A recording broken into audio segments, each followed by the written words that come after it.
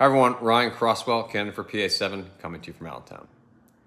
There's an extremely important judicial retention race this year in Pennsylvania on November 4th.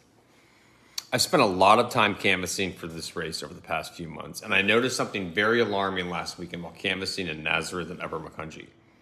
Some voters seem genuinely confused about what the race is about.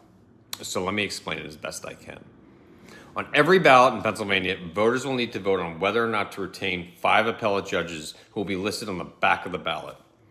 In Pennsylvania, these judges serve 10-year terms, at which point they run for retention, where voters cast a simple yes or no vote as to whether or not they'll serve another term.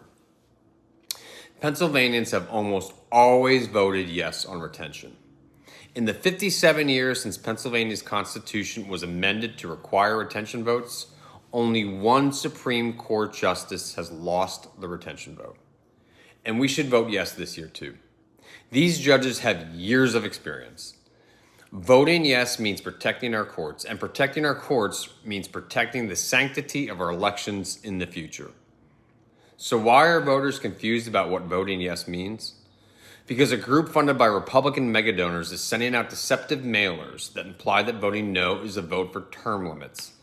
That is a lie. Voting no does not create term limits for judges. Implementing term limits could only be done with an amendment to Pennsylvania's Constitution. It's like saying that when Americans voted to elect Reagan over Carter in 1980 or Biden over Trump in 2020, they were voting to limit the presidency to one term. These mailers are trying to trick people. If you vote no, you are not creating term limits. What you are doing is exposing yourself to the risk of the current justices being replaced with extremists who will curtail women's reproductive rights, allow for race-based gerrymandering, and side with big business over working Americans. A final point. What does it say about a party that sends out mailers that are actively trying to trick you? For example, we know that the people behind these mailers do not support a woman's right to choose.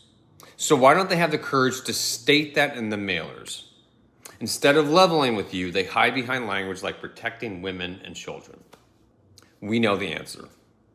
Because most Pennsylvanians are pro-choice, and they know if they're honest about their position on the mailers, they will lose.